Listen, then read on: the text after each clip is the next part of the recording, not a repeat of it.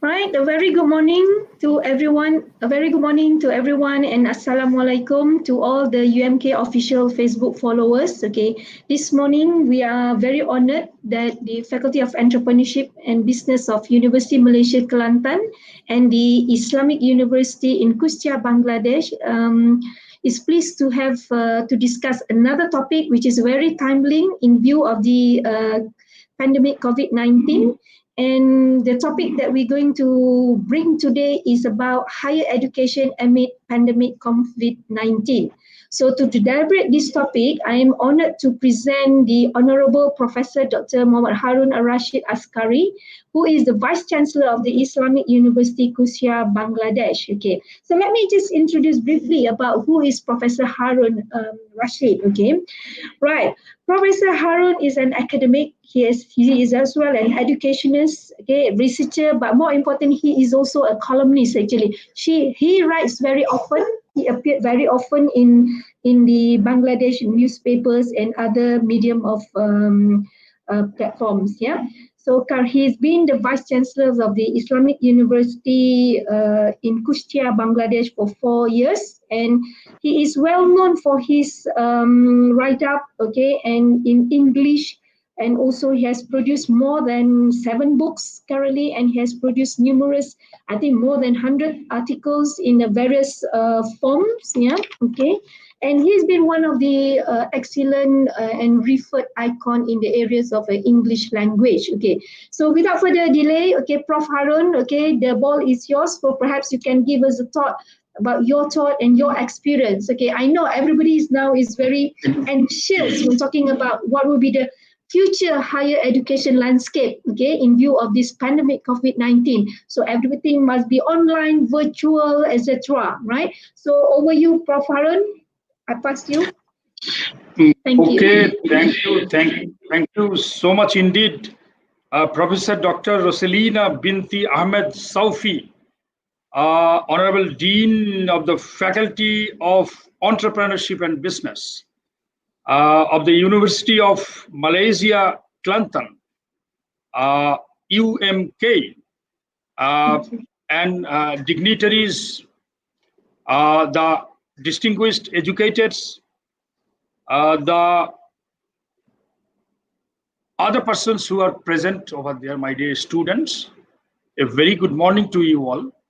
I would like to thank you from my behalf and on behalf of my university, Islamic University, Bangladesh. And it's a proud privilege to be connected with you on this great occasion of saying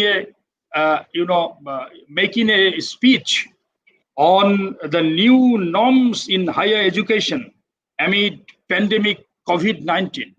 So I'm grateful to you, to Dr. Roselina and the Kelantan University Authority to have given me this wonderful chance to be connected with the Malaysian think tank students, educators, and academicians. So let me begin with my keynote speech. So, the specter of COVID-19 has descended on this planet so suddenly that almost all spheres of human life have been caught off guard. And education is no exception. It has badly affected the global educational scenario and landscape, leading to the wholesale closure of schools, colleges, and universities. So a conservative report of the UNESCO says that 1.5 billion students across the globe have been stuck at home due to this COVID-19 pandemic.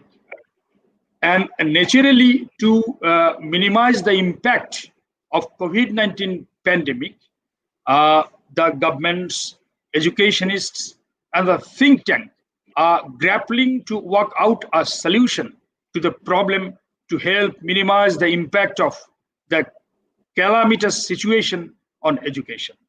They are looking forward to an alternative method of education in a bid to ensure sustainability in the academia.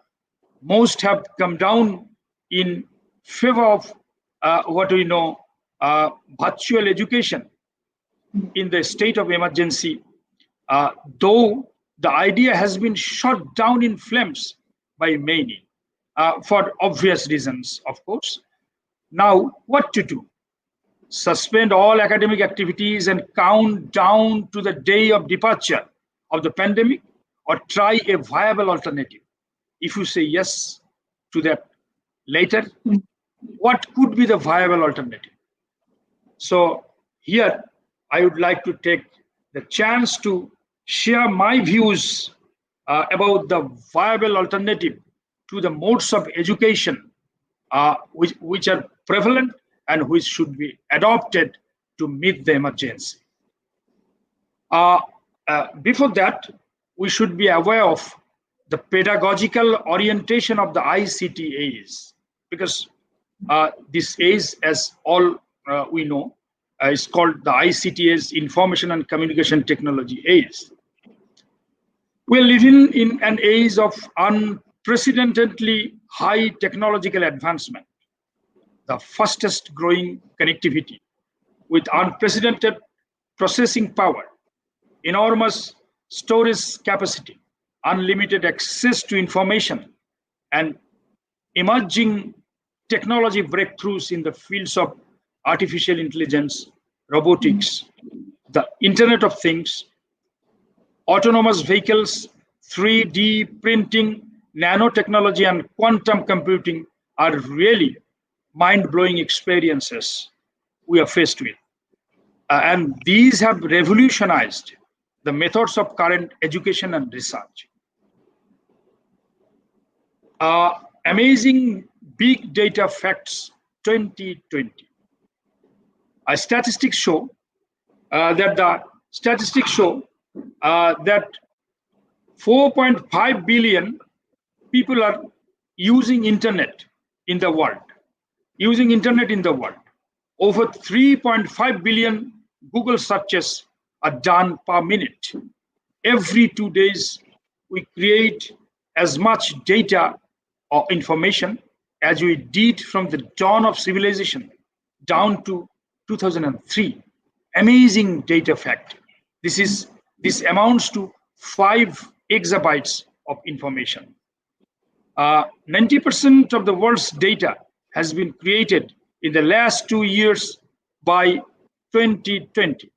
We can easily make use of these ICT achievements in shaping and reshaping the teaching and learning strategies of the present time during the pandemic. I would love to introduce you to the present generations of population. We call them the digital natives, the two unique generations. Today's academia predominantly revolves around two generations. Generation Z, born between 1995 and 2009, are familiar with the internet, smartphones, iPads, and other electronic devices since their school days. And the next generation we call Generation Alpha, born since 2010 till date. The digital devices as their cup of tea, the next generation, Alpha generation. These two generations have an unprecedented amount of information at their fingertips. They are known as digital natives, and they are comfortable with machines more than men, with virtual world than the real one. So, in keeping with this enormous advancement in the field of information and communication technology, the educators have devised 3 principal aims of education, higher education especially, at the moment. The following are the three aims of 21st century education, which have been designed in keeping with this brilliant ICT feats and global needs. Number one, to empower students or learners. You know, the students are often now called learners because of the paradigm shift. We have shifted our paradigm from teaching to learning. So it's better call them learners. So to empower the learners with transferable skills and competencies to cope with the first and constantly changing global landscape, to help students. Number two, to help students make the best use of information technology, information and communication technology readily available to them. And number three, to strive to prepare an entire generation of learners for the 21st century workforce. We call them digitally ready learners. So the 21st century innovative teaching pedagogies should be framed on the basis of these three principles, and other four basic skills we should target at for the students or the learners.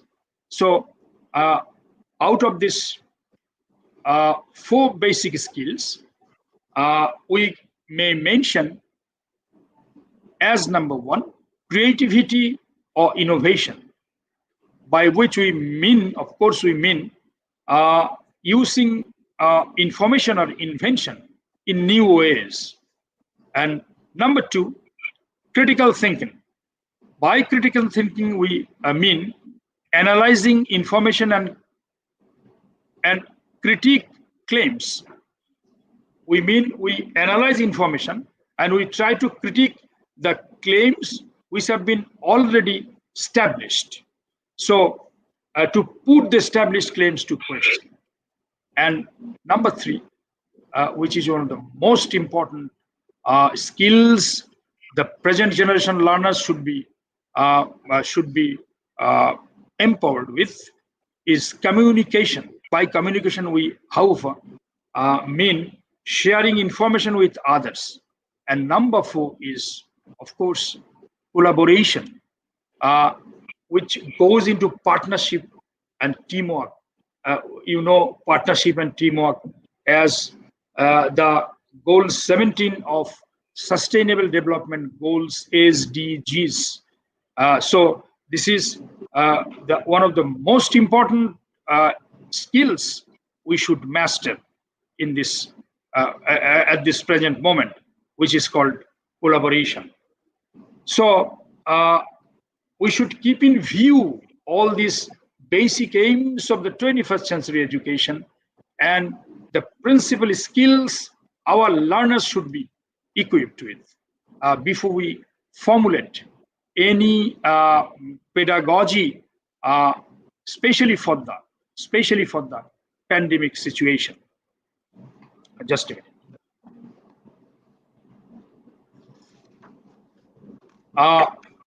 Now, I mentioned in the beginning that we are looking forward to a viable alternative to the prevalent modes of teaching and learning. So what could be the viable mode? Teaching above the line. So this is a beautiful phrase, a coinage, teaching above the line, teaching out of the box. The digital pedagogy, technology pedagogy, or education technology, EdTech. So education and technology, as we know, have beautifully combined to form an informative pedagogy to impart teaching above the line. The SAMR model is an example of the integration of education and technology. This is an effective way of assessing one's choice of technology. We have to choose our own technology for teaching in the emergency. For their modes of teaching, the model has 4 stages. The SAMR model has 4 stages. By S stands for substitution, A stands for augmentation, M stands for modification, and R stands for redefinition. So by S, that means substitution. At the substitution level, we replace the traditional tools by technology with no functional improvement.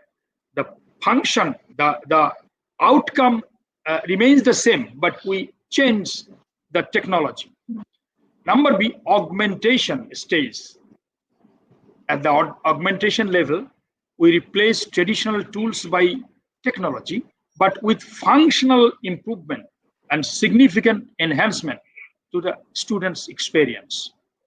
And at the third level means modification stage or level.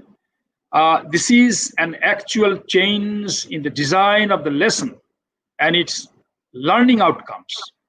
And number 4, that means level 4, the redefinition level. This represents the highest part of how technology can transform a student's experience.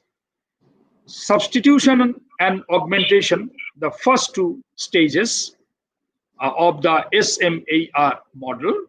The substitution and augmentation are considered as enhancement stage, and modification and redefinition are transformation steps.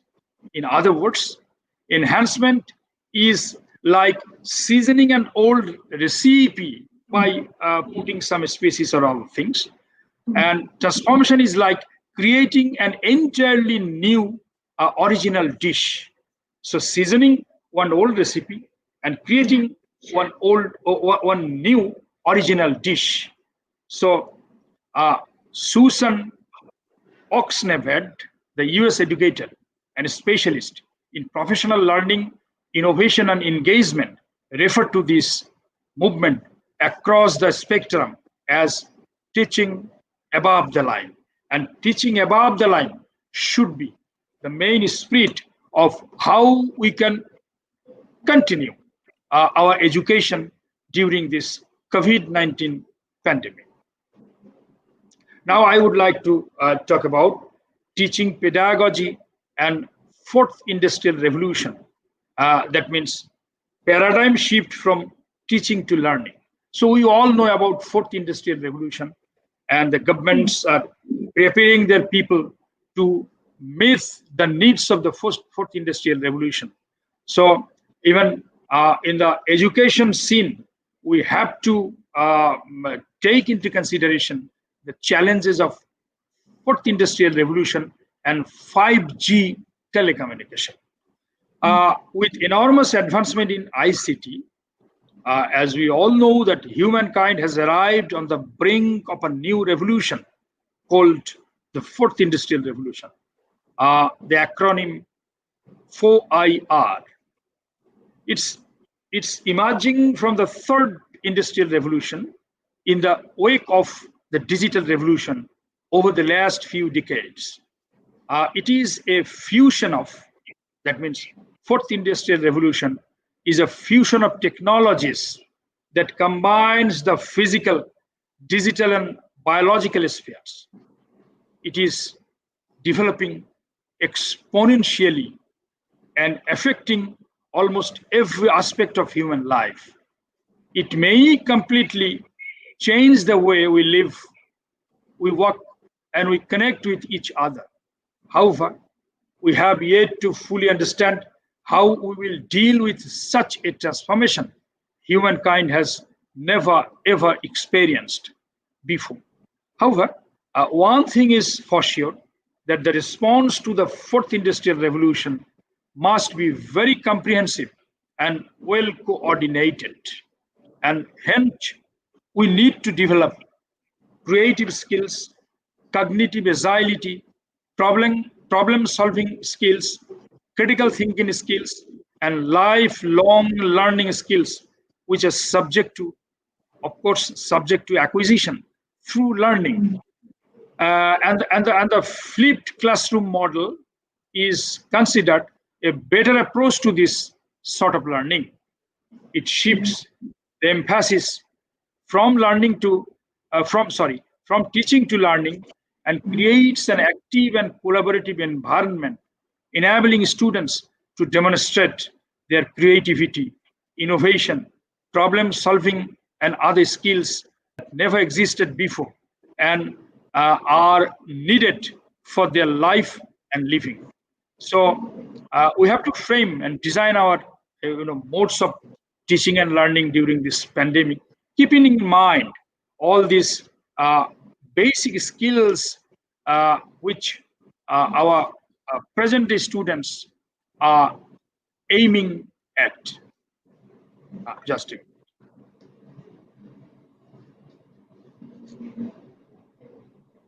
a now, which is mentioned in the title, the new norms or the new normal in higher education, I would like to directly come to this issue. The new normal in education is surely finding a better alternative in a state of emergency, because something is better than nothing. So instead of sitting totally idle, doing nothing during the pandemic, I think it's better to at least try maintaining the social distancing and other do's and don'ts to prevent the COVID-19 pandemic. We should try our level best to keep the wheels of education running as much as we can. So the new normal means anything done in the society to meet the immediate needs of an out of the ordinary way, not fully dependent on the long-born educational legacies, like classroom, rows of desks, face-to-face instruction, chalkboards, Dewey Decimal Library, heavy bags on the back, mass lectures, and public exams. The new normal brings about a paradigm shift that includes shift of focus from teachers to students. The focus is the students, not the teachers. From teaching to learning, the focus is not teaching, but focus is to learning, and shift of learning space from public space to personal space on your laptop or smartphone or whatever. Shift of teaching methods from conventional classroom teaching to virtual or remote teaching. Shift of responsibility in the teaching and learning process from institutional people to households. Even a servant of your house has got a lot to do with this sort of shift of teaching space. Shift of students' assessment from summative to formative.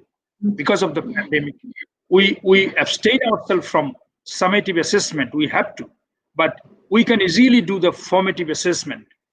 We have to redesign our education technology for emergency in consonance with the principles of the new normal.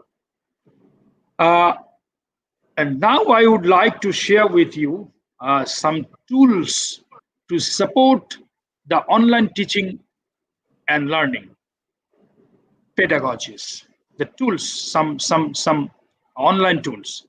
There are various open educational resources, OER, open educational resources, that is freely accessible texts, media, and many other digital assets useful for teaching, learning, assessment, and even research. Students or learners should try these online tech tools for different teaching and learning purposes. The tools are effective for collation of ideas and development of collaborative responses.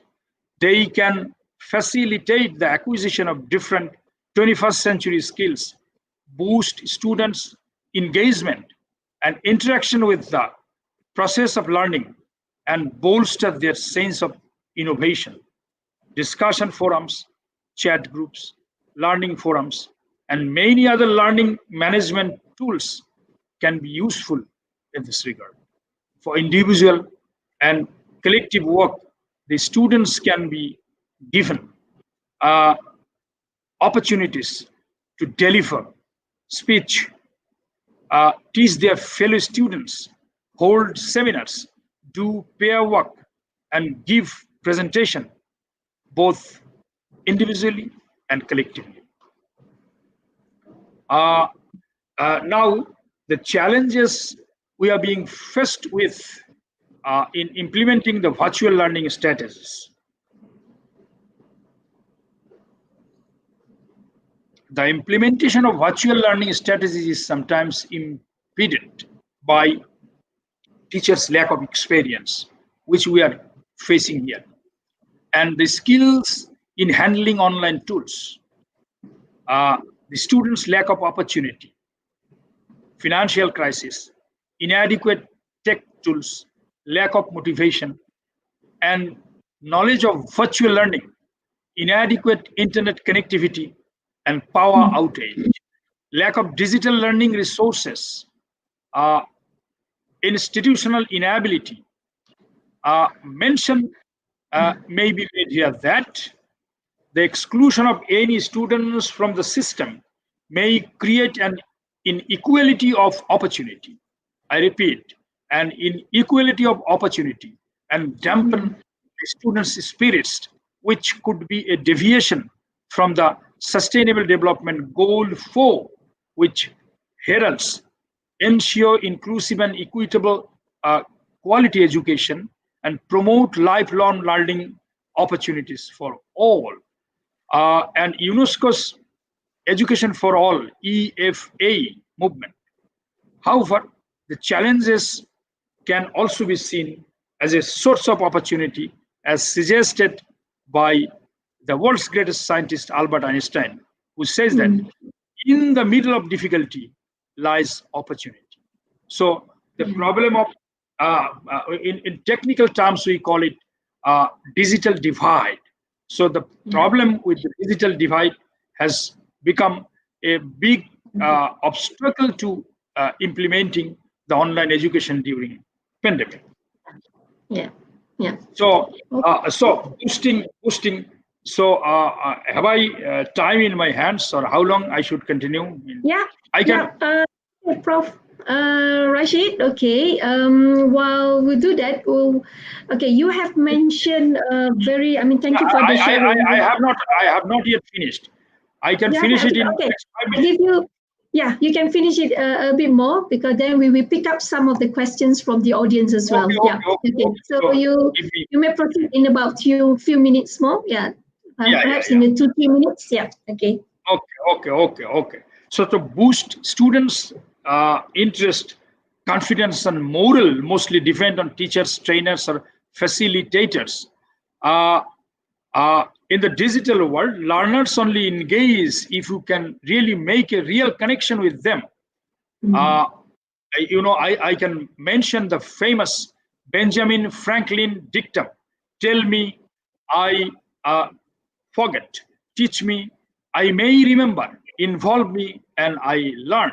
So involve the students with how the teachers teach should be the most important thing, both in real mode of learning and online or remote mode of learning. So in conclusion, I would like to say that this online mode of education should be mainstreamed. So mainstreaming the virtual learning. Universities are like bicycles. If you do not ride and keep pushing the pedals, they will fall. So whatever happens, they need to be kept functional. So we have to think up and implement education strategies in view of this whole spectrum of natural, environmental, social, political, cultural, and other related issues. And to this end, we welcome any modes of education that offer a much greater degree of flexibility in the way this crisis can be managed. against the backdrop of COVID-19 pandemic. Online learning is gaining a foothold across the globe. Most of the institutions are in favor of it in this moment in time to minimize the impact of pandemic on education. And here, in a minute, I would like to share in Bangladesh, the Honorable Prime Minister Sheikh Hasina and her what the Education Ministry under the lead of Dr. Dipu Moni, Education Minister, and the University Grants Commission all have put their heads together and they have worked out a solution of adopting the online mode of education during this pandemic, and they are brainstorming to devise how they can take even exam during the pandemic. So in Bangladesh, it's being highly appreciated, the online mode of education, and out of 42 public universities and more than 100 private universities, all are conducting online classes and trying to take online exams during this pandemic. And I don't know what is going on in Malaysia. I would love to hear it from you. So with these few words, I would like to put an end to my keynote speech. If I have overburdened your patience, I have overtaxed your patience, I'm sorry about it. So thank you very much indeed for having given me a patient hearing. Dr. Professor Roselina, binti Ahmad, Saufi. Thank you very much. Right, thank you very much, Prof. Dr. Harun-Ur-Rashid Askari. Okay, you have shared an excellent and a very informative views about the new norms in higher education amid with the COVID-19. Okay, right. In the Malaysian case, it's also similar to the Bangladesh situations that currently 100% of the universities are going online since March. Since the 18th March of 2020, when we were asked to lock down, right, partial lockdown. So all the learning, business has to go on, education has to go on, as what you say, the bicycle has to be pedaled, continuously pedaled, but the mode of paddling is different now, yeah? So we are changing to the online learning, okay? And a lot of the challenges that are being faced, okay? But again, we are trying to curb with the situations, okay? I would like to pick up a few questions for you, okay? Despite the challenges that you have discussed just now, right? Okay, one of the audience, okay, has would like to ask you, okay, these questions will be, how impactful today is, we talk about so much online, right? Okay, what do you think, how impactful the today's learning compared with the offline learning? Do you think the online learning will be more effective as compared to the offline learning? So this is coming from Azwa Kadiri, one of the educators in Malaysia in our university. So what do you think about this situation? So, okay. Thank you, Dr. Roselina. It's a very good question. So online, offline, and normal education. So it's obvious that online education is an alternative.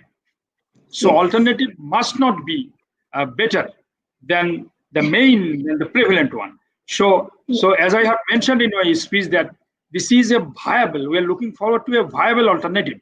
And so this online and offline, by offline, in online, the digital divide, who are failing to get connected at the main time. So in the offline education, we leave some material. So material and delivery, these are the two important things. So you choose the material, you choose the content, either you deliver it online or you deliver it offline, or you deliver it in face-to-face contact.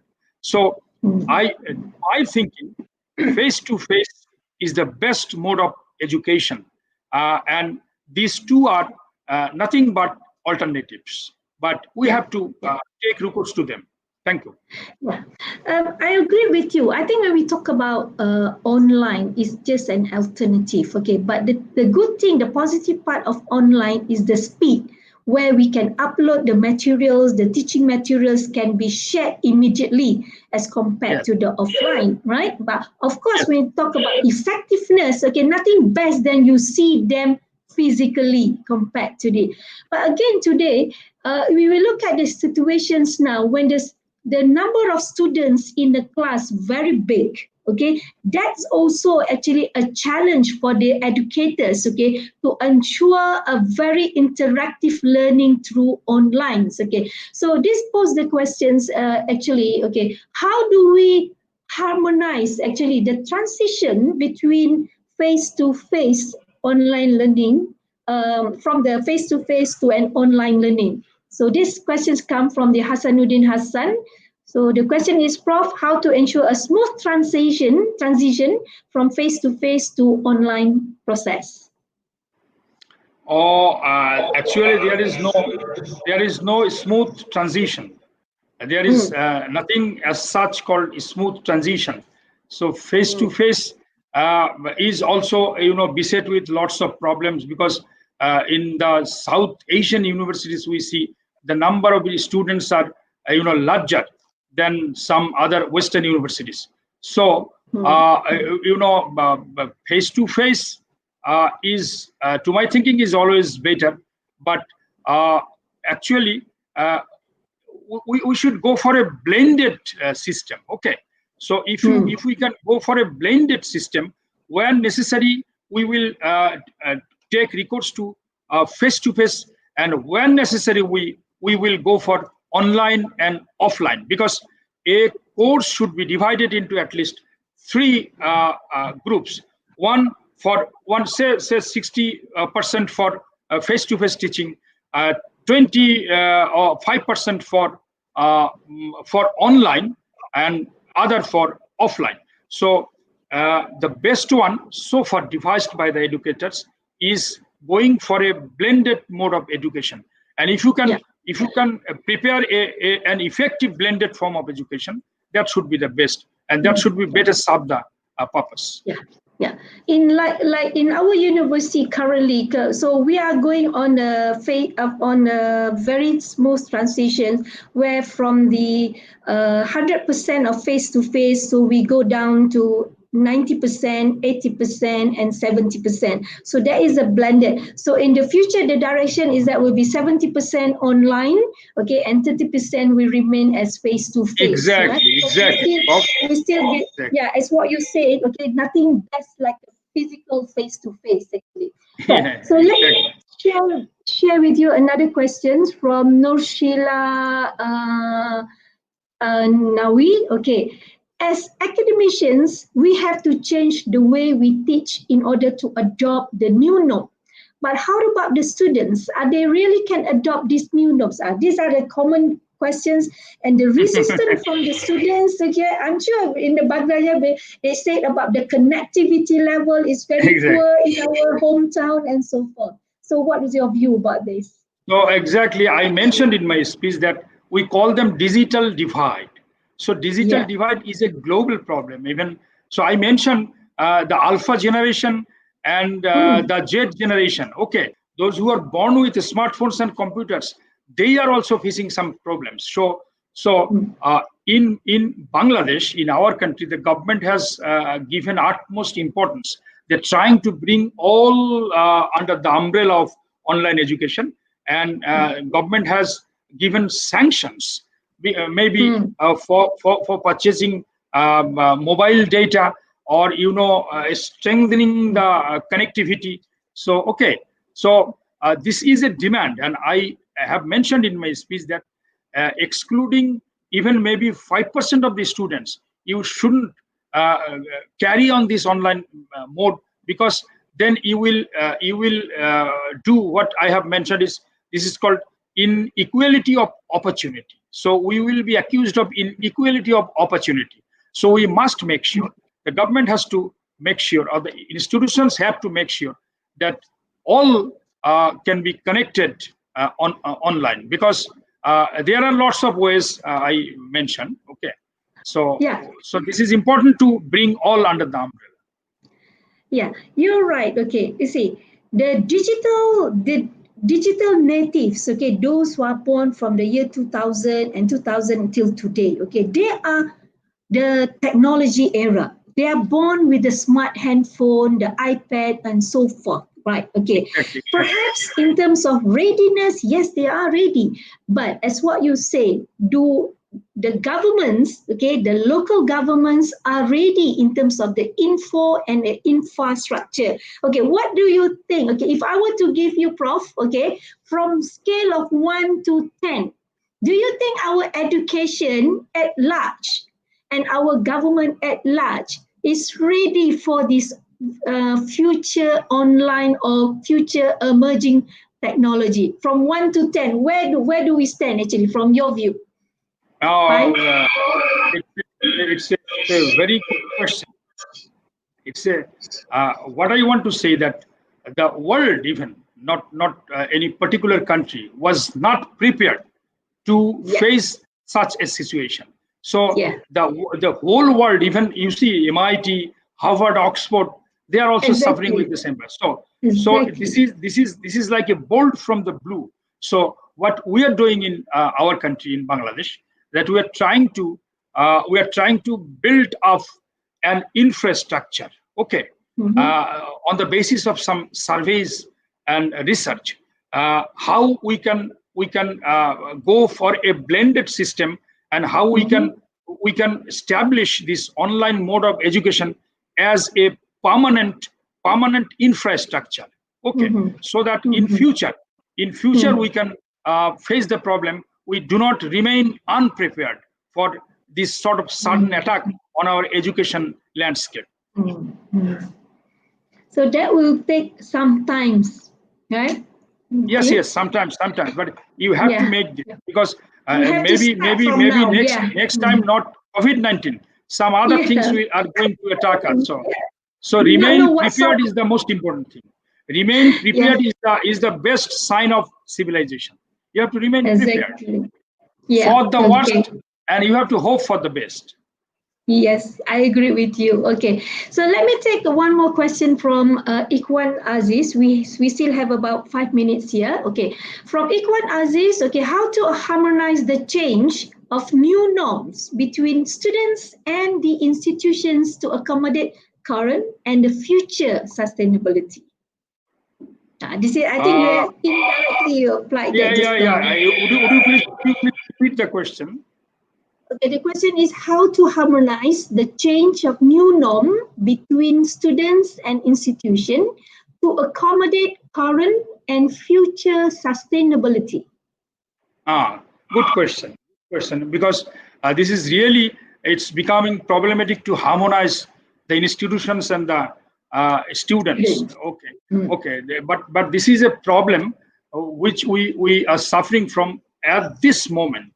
But if, as I have mentioned before, if the institutions think seriously about it, and there are different ways to bring the students under this system, and to actually mentally encourage them to bolster their moral, because when they remain outside the campus and remain disconnected with each other and with the institutions, with the teachers, so not only this impacts on education, but impacts on their psychology.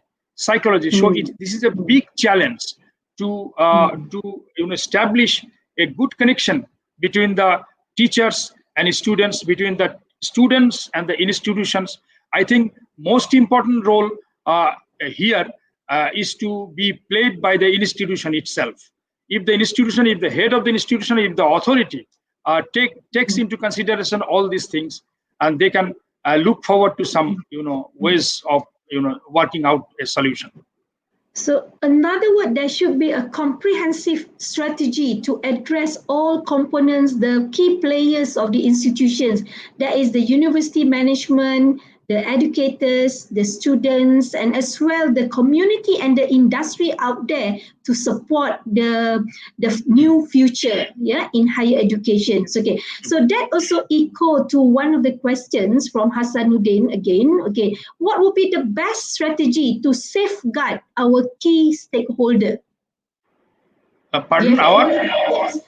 to safeguard our key stakeholders. So as an education, our Okay. stakeholders will I be the understand. students, I understand.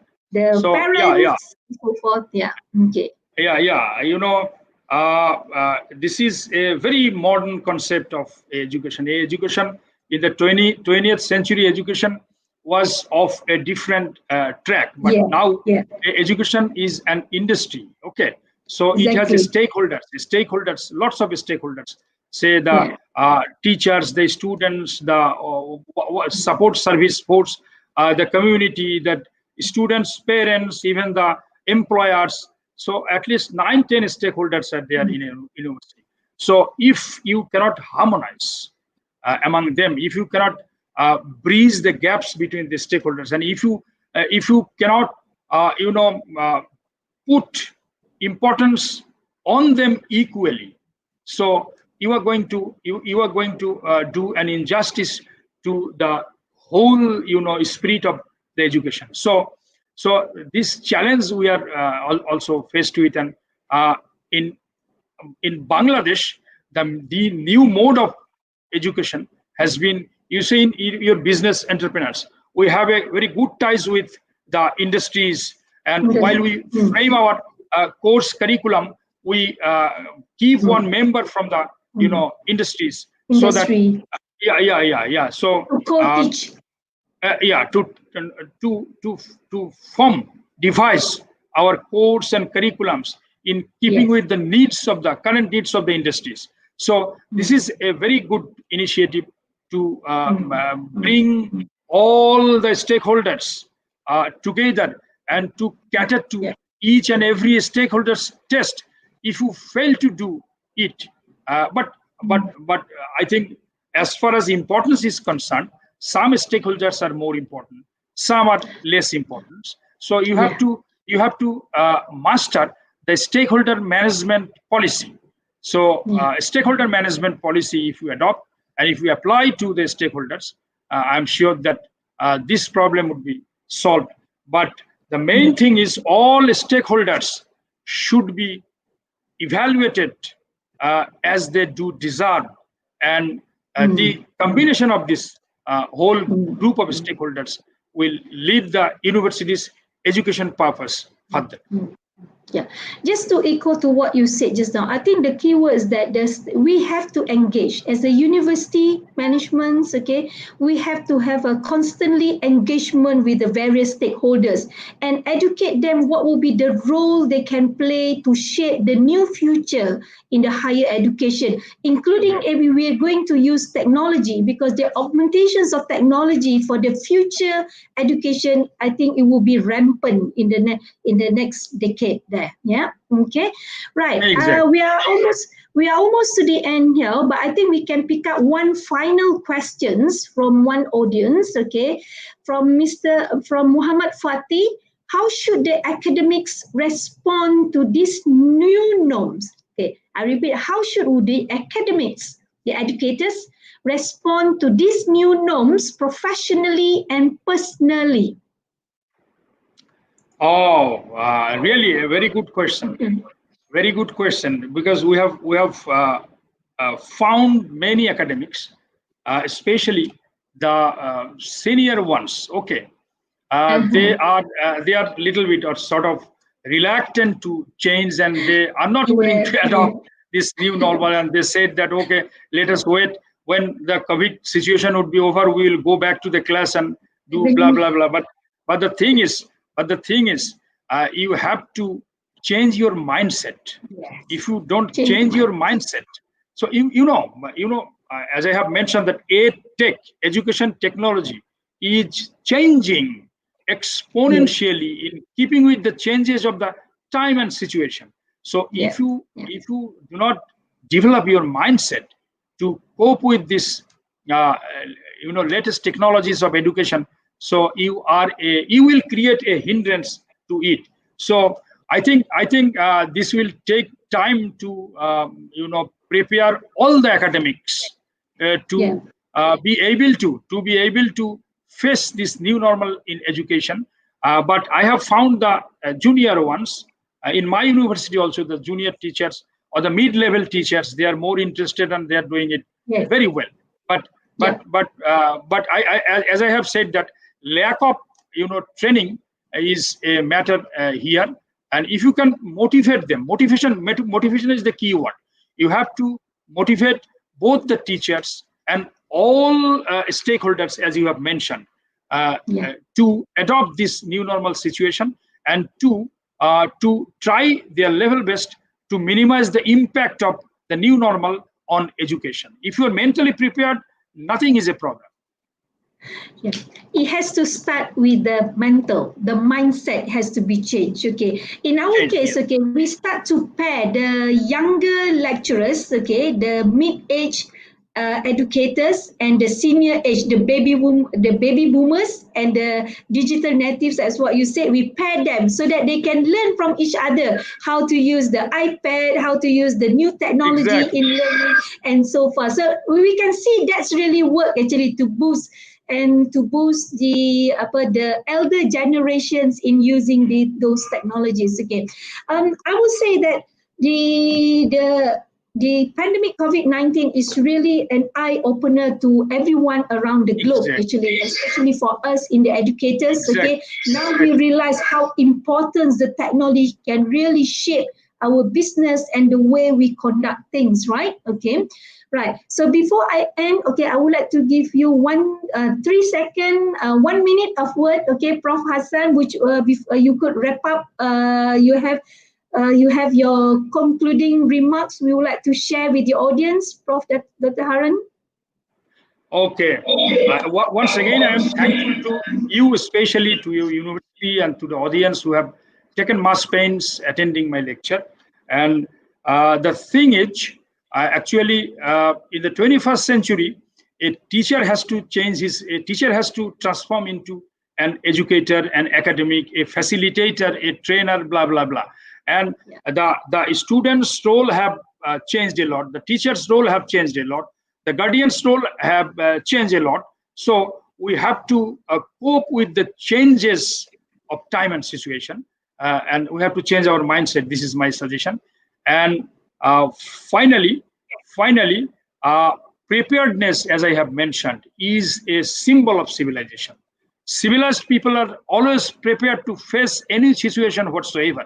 Those who are uncivilized, they will be unprepared, and they will, survival of the fittest. Okay, you have to grow fitter every day to survive in this world or age of serious competition.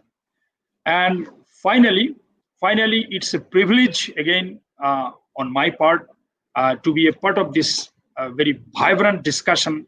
And I look forward to strengthening the ties between your University Malaysia, Kelantan, and my university, Islamic University, Bangladesh. And we look forward to working together in future, in times to come, on things of mutual interest. Professor, thank you very much indeed.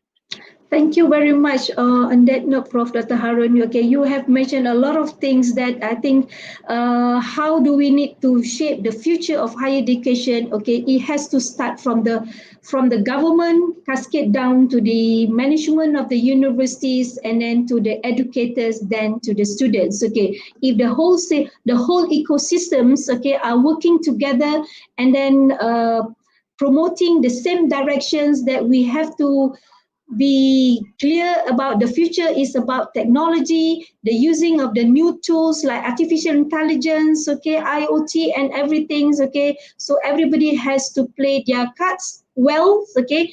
And even in the, as you also mentioned about the work skills, okay, the future work skills, we need to upskilling or reskilling. So we have to do it.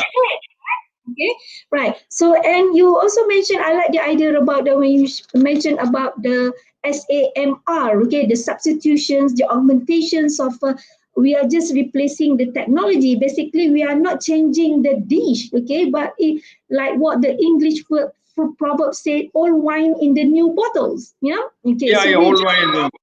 Yeah, we are just adding some seasons to it, right? Okay, so that the flavor will be more better, it will be more better and will be acceptable by the future generations. So on that note, once again, thank you very much, Professor Dr. Harun-Rashid Askari. Okay, we are honored and privileged to have you on board, and we look forward. Yes, we look forward to work with your universities, and hope to see you again, and hope to hear from you again. Thank you very much, and Thank you very much.